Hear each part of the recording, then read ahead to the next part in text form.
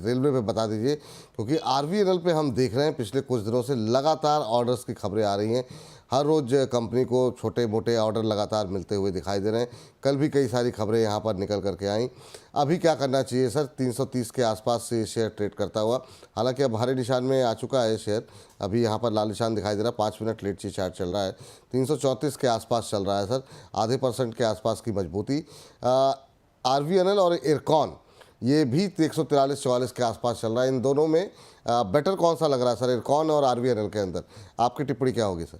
Sir देखिए, आप ना हमेशा जब भी मैं शो पे आता हूँ, रेलवे के इन्वेस्टर्स से मुझे पक्का गाली खिलाने का काम अरे है। सर सर मैं बुलिश ही नहीं हो पा रहा हूँ, मैं क्या करूं? मतलब मेरी भी ना मजबूरियां हैं, मुझे नहीं दिख रहा स्क्रीन पे बुलिशनेस। और एक सिंपल चीज है सर, पहले भी हम ये बात डिस्कस कर चुके, ऑर्डर बुक होना और उस ऑर्डर बुक का रेवेन्यू तक पहुंचना बहुत लंबा एक डायरेक्शनल चेंज होता है। वो जब तक नहीं आता है, मतलब just for the sake of order book. और sir HAL is the clear case, is a clear example.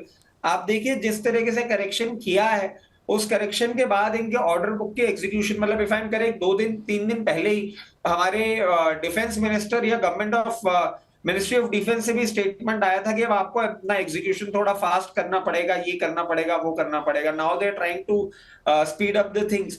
तो ये थोड़ा सा टाइम टेकिंग प्रोसेस हो जाता है सर। मेरे हिसाब से अभी भी रेलवे जो है वो ओवर वैल्यूड ही है। आप अगर आरबीएल को भी देखें सर, सेक्टर पी 35 का है, अभी भी 53 के पी पे है। There is a decent correction जो कि आने वाले समय में आपको और देखने को मिल सकता है। इनका भी प्रॉफिट्स जो है वो डीग्रोथ कर रहे हैं। डीआईआई ने अपना शेयर होल्डिंग कम किया है और ईपीएस भी इनका कूल ऑफ हो रहा है और ऑपरेशनल मार्जिन्स इतने ज्यादा अट्रैक्टिव नहीं लग रहे हैं। तो ये तो फंडामेंटल कारण होगा। बट हाँ, ये वैसा भी नहीं है, ये इंडसइंड बैंक जैसी सिचुएशन नहीं है। ये करेक्ट भी अगर करता है तो आपके लिए अच्छा है। अगर आपने पोजीशन बना रखी है तो मैं एक चीज सजेस्ट करूंगा, अराउंड 290 रुपए मिले, आप यहाँ पे अपनी और पोजीशन बनाएं, मगर वो उस तरीके से बनाएं कि आप इसको होल्ड करेंगे लंबे समय के लिए। और जिनको फ्रेश पोजीशन बनानी है उनके लिए मैं क्लियरली बोलूंगा, अभी कहीं सपोर्ट नहीं दिख रहा है, 290 रुपए के आसपास आए, वहां पोजीशन बनाएं। और जिन्होंने ले रखा है, अगर यहां से बाउंस बैक आता है एंड एट अराउंड 390 लेवल्स तक अगर आपको मिलता है तो एक बार, मतलब 390 ऐसे नहीं कि 290 रुपए से जाके फिर 390 है, नहीं। अगर करंट ट्रैजेक्टरी में 390 आता है, इन फोर्थ नाइट या 20 ट्रेडिंग सेशंस में 390 आता है, एक बार अपनी पोजीशन बुक कर सकते हैं और एग्जिट कर सकते हैं। एग्जिट कर सकते हैं, ये स्ट्रेटजी हो गई यहाँ पर। इस बीच हमारे एक दर्शक है मानस नास्कर जी, वो कह रहे हैं सर जुबिलेंट फूड वर्क में क्या एंट्री करें, और अगर करें तो लेवल बताइए, नहीं तो कोई शेयर बताइए 3 महीने के लिए। तो लोग अब सर एक चीज और, मैं आपने इरकॉन के लिए भी सवाल किया था। हाँ, दोनों के लिए, आरबीएल और इरकॉन दोनों जी। देखिए इरकॉन रिलेटिवली बेटर लग रहा है और दो डीआईएस ने इनका शेयर होल्डिंग कम किया है और प्रॉफिट भी डिक्लाइन हुआ है, बट वैल्यूएशन टर्म्स में ना सर अब ये करेक्शन आ गया है। सेक्टर पी 43 है, ये 17 पे है, वैल्यूएशन टर्म्स में थोड़ा सा अट्रैक्टिव लग रहा है। इरकॉन का अगर आप चार्टिकल पैटर्न भी देखेंगे तो कहीं ना कहीं ये 140 रुपए के आसपास एक बॉटम बनाने की कोशिश कर रहा है। इन लेवल्स पे आप बिल्कुल अपनी पोजीशन क्रिएट कर सकते हैं। और हिस्टोरिकली अगर हम देखें तो सितंबर 2023 में ही ये डबल टॉप पैटर्न बना था 140-42 का। तो ये एक बहुत स्ट्रॉन्ग लेवल है, यहाँ पे अपनी पोजीशन बनाएं। और अगर पोजीशन बनाते हैं तो 126 रुपए का एक स्ट्रॉन्ग स्टॉप लॉस होगा, उसके नीचे अगर क्लोजिंग करें तो एक बार निकलने का टाइम होगा, जिसकी चांसेस मुझे बहुत ब्लीक लग रहे हैं at the very face of it. But हाँ, क्योंकि हम एक फ्रेश ट्रेड ले रहे हैं, मार्केट्स वॉलेटाइल है, तो स्टॉप लॉस जरूर फॉलो करना चाहिए। तो 126 के स्टॉप लॉस के साथ आप 140 143 पे अपनी पोजीशन बना सकते हैं। जिन्होंने ले रखा है उनके लिए भी यही एडवाइस करूंगा कि आप यहाँ पे एवरेज करें। और उनके लिए एक और चीज ऐड कर सकते हैं सर कि एवरेज करने के बाद अराउंड 170 लेवल्स आए तो जो आपने अभी करंट लेवल्स पे एवरेज किया है उसको ऊपर वहां बेच दें, फिर नीचे आए फिर खरीदें।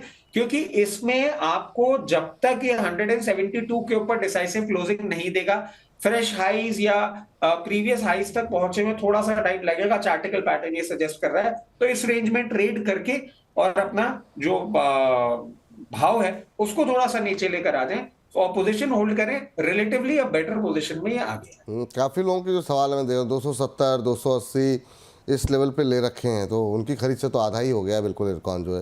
तो ये स्ट्रेटजी अपनाएं, थोड़ा थोड़ा करके आपके प्राइसेस के आसपास जो है आता हुआ दिखाई देगा। क्रूड को में हमने देखा कल तो थोड़ी सी रिकवरी थी क्रूड में, लेकिन ओवरऑल अगर हम देखें तो क्रूड में थोड़ा सा दबाव देखने को मिला है लगातार। ये सर आईओसी बीपीसीएल एचपीसीएल में जो हाल फिलहाल में लोगों ने पोजीशन बनाई है क्रूड की, तो देखते हुए अभी होल्ड करें या फिर अगर फ्रेश बाइंग करना चाह रहे हैं ओएमसीज में गुंजाइश है अभी? देखिए, जिन्होंने बाइंग कर रखी है वो तो होल्ड कर लें। जो बाइंग करने की सोच रहे हैं उनको मैं सजेस्ट करूंगा हिंद पेट्रो। सर बहुत ही उम्दा काउंटर है, आपने देखा ही होगा। और इसमें पॉजिटिव्स बहुत सारे हैं। आप देखिए एफआईआईज भी अपनी स्टेक होल्डिंग बढ़ा रहे हैं, प्लेज नहीं कंपनी का, ईपीएस ग्रोथ है, डिविडेंड पेमेंट हैंडसम है, और इनका operating profit in times to come rise करेगा ही करेगा। तो जिनको भी पोजीशन बनानी है, मैं आपको बताऊं विपुल सर, आपको भी अगर आप स्टॉक को मॉनिटर करते हैं, वो लेवल्स याद हो गए होंगे। बिल्कुल बिल्कुल। 290-92 आता है, आराम से इसमें पोजीशन बनाइए। और इसमें पोजीशन बनाने के बाद आप देखेंगे अराउंड 380-400 का लेवल आपको बहुत जल्दी देखने को मिल सकता है। तो आप इसमें बहुत कंफर्टेबली पोजीशन बना सकते हैं। सर काफ़ी दिनों बाद थोड़ी सी बाहर आई है एमटीएनएल पे, क्या टिप्पणी करेंगे सर आप एमटीएनएल को लेकर के? सर देखिए, है ये टेलीकॉम सर्विस प्रोवाइडर, और हम किस चीज पे लेके इसमें खुशी मना रहे हैं कि इन्होंने अपने एसेट को मोनेटाइज मतलब आप खुद सोचिए क्या बिजनेस की बात हो रही है। सर मैं एक ब्रोकरेज हाउस चला रहा हूँ और मेरी ब्रांच बिक रही है, उससे पैसे आ रहे हैं, उस बात को लेके मेरा स्टॉक रिएक्ट कर रहा है, मतलब मेरे एक्चुअल कोर बिजनेस में कितनी प्रॉब्लम है। आप देखिए इनका रेवेन्यू पास 3 क्वार्टर से गिरे जा रहा है, ईपीएस गिरे जा रहा है। आप बिल्कुल भी इनके रेवेन्यू को या इनके बिजनेस मॉडल को या इनके, क्योंकि अभी सर जो दिसंबर डेटा आया था उसमें फिर बीएसएनएल ने ग्राहक खोए, आप इस शेयर में पैसा लगाएं, बिल्कुल लगाएं, और इसी कारण से लगाएं कि अपने एसेट्स को मोनेटाइज कर रहे हैं। और अराउंड 44 लेवल्स आता है, यहां पे पोजीशन बनाएं। और अगर आप शॉर्ट टर्म ट्रेडर हैं तो 60 रुपए आए वहां पे बुक कर लीजिए। अगर लॉन्ग टर्म इन्वेस्टर हैं, एक चीज के साथ ये एक समझ के साथ बोलते हैं ना, एक पिंच ऑफ सॉल्ट के साथ इसको लेके चलिएगा कि ये पूरा इनका डिसइन्वेस्टमेंट किस तरीके से होता है, नहीं होता है, अभी तक सरकार की तरफ से कोई क्लैरिटी नहीं है। बार बार आती रहती है, सालों से ये बात चल रही है। It will eventually happen, but I am not really sure as to how share holders will be rewarded. तो अगर आप रिस्क ले सकते हैं तो जरूर इसमें पोजीशन बनाए। 43-44 लेवल्स आए वहां पोजीशन बनाए। ट्रेडर है तो 60 रुपए के आसपास आए निकल जाए। इन्वेस्टर है चांसेस लेके रखिए और देखिए किस तरीके से आपको पैसा मिलता है। बट हाँ, एक बिजनेस पॉइंट ऑफ व्यू से बड़ी चिंताजनक बात है कि एसेट बिक रही है तो शेयर मूव कर रहा है।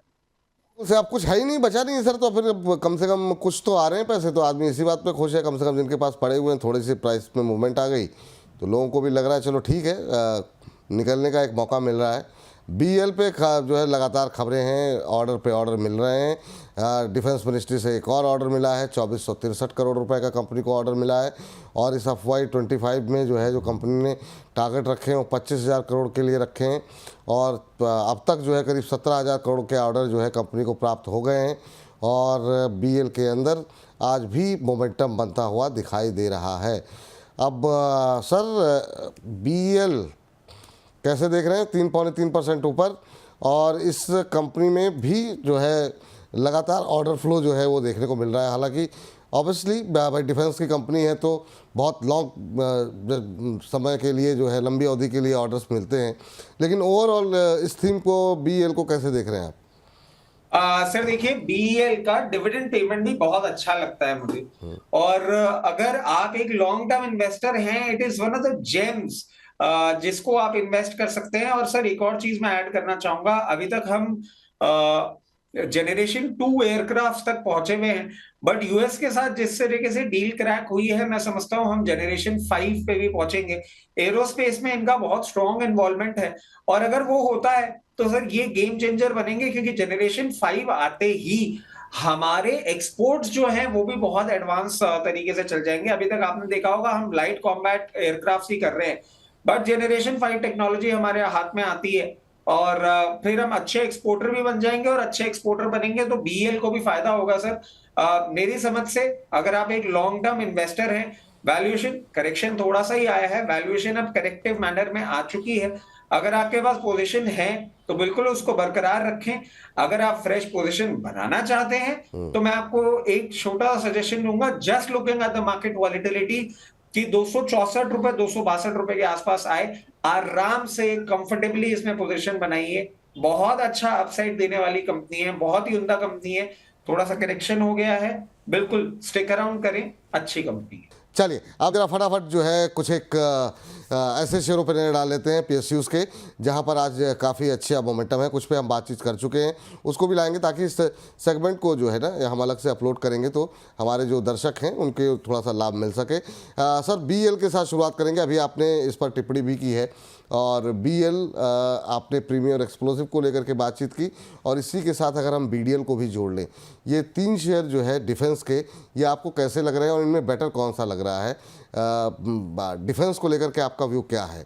क्या अभी जो लोग फंसे हुए हैं उनको क्या एवरेजिंग की जैसी कोई कोशिश करनी चाहिए या अभी अवॉइड करना चाहिए? देखिए बीईएल पे तो हमने अपना कवरेज दे ही दिया था, बीडीएल पे बात कर लेते हैं। सर बीडीएल में ना अभी तेज, मैं चाहूंगा सर एक लाइन की टिप्पणी बीईएल पर भी रखें, क्योंकि ये सेगमेंट हम अलग से अपलोड करेंगे, अलग से अपलोड बीईएल करेंगे। बहुत ही अच्छा काउंटर है, और बीईएल के लिए मैं आपको वापस एक बार खोल के लेवल दे देता हूं।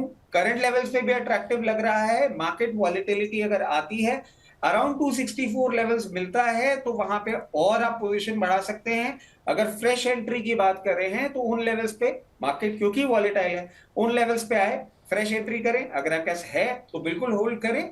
इन टाइम टू कम आपको अच्छा अपसाइड, अच्छा दमखम देखने को मिल सकता है। डिविडेंड पेमेंट कंपनी के अच्छे हैं, और अगर हम बहुत छोटे लेवल के टारगेट की बात करें तो 325 रुपए आपको बहुत जल्दी देखने को मिल सकता है। बीडीएल पे हम बात करते हैं तो बीडीएल में से थोड़ा सा डिस्कंफर्ट जो है वो अभी भी खत्म होने का नाम नहीं ले रहा है। सेक्टर पी 40 है, इसका ट्रेलिंग 73 है।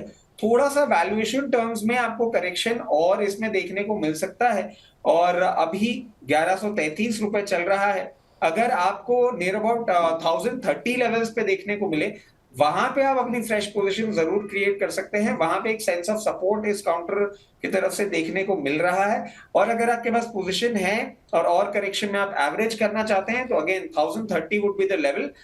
1030 पे जब अपनी पोजीशन बनाते हैं तो एक स्टॉप लॉस भी आपको साथ लेके चलना चाहिए। अराउंड 920 रुपए का स्टॉप लॉस होगा क्लोजिंग बेसिस पे। इसके नीचे अगर कंसेक्यूटिव 2 दिन 3 दिन ये क्लोज करता है तो डेफिनेटली एक बार एग्जिट भी कर सकते हैं। ठीक, वनीश सर आपसे जानना चाहेंगे डिफेंस की 2 कंपनियां, एक तो एचएल और दूसरा बीईएमएल को लेकर के, क्योंकि ये बीईएमएल जो है वो रेलवे में भी इसको ऑर्डर्स मिलते रहते हैं, डिफेंस के भी ऑर्डर मिलते हैं। इन 2 में आपको बेटर कौन सा लग रहा है, और अगर एंट्री लेनी हो तो लेवल्स क्या होंगे सर? देखिए मुझे लगता है कि 3200 के आसपास एचएल लेना चाहिए। इसका कारण बताता हूं मैं कि अभी तक है ना हमारी जो जो फ्रीक्वेंसी ऑफ मैन्युफैक्चरिंग जो है वो अभी तक बढ़ नहीं रही है, और इनको इंजन्स के प्रॉब्लम आ रही है। तो जब तक ये सुलझ जाते हैं तब तक ये थोड़ा सा प्रेशर में रहेगा काउंटर। दूसरी चीज क्या है कि अभी यूएस को छोड़ के बाकी 3 कंट्रीज के साथ काफी अच्छी चहल चल रही है, और हमें लगता है कि बहुत जल्दी ये इंजन का इशू रिजॉल्व हो जाएगा। तो अगर जब भी मार्केट में मंदी आती है, ये अराउंड 3200 के आसपास के लेवल पे आप एक्यूमुलेट कर सकते हैं। 32 और बीईएमएल सर, बीईएमएल कैसा लग रहा है? बीएमएल हमें ना बहुत हमने स्टडी किया है, इसको ओवर वैल्यूड लगता है, लेकिन एक इसकी खास बात है कि बिल्कुल ज्यादा अंडर परफॉर्म नहीं किया है मार्केट में। तो जो मोमेंटम प्लेयर्स है ना, इसको तेजी में ले सकते हैं, पर ऑन अ वैल्यूएशन बेसिस हमें इसमें कंफर्ट नहीं आता। आज तेज है, 4.5% के आसपास की तेजी बीएमएल ने देखने को मिल रही है। 2613 का लेवल करीब देखने को मिल रहा है बीएमएल के अंदर। रचित सर कॉन्कोर कैसा लग रहा है? कॉन्कोर पे बहुत से लोगों के सवाल भी हैं। एक ऐसा शेयर है जिस पे जब रेलवे में बात होती है तो आरवीएनएल, आईआरएफसी और एयरकॉन पे बात खत्म हो जाती है। कॉन्कोर कैसा लग रहा है सर आपको?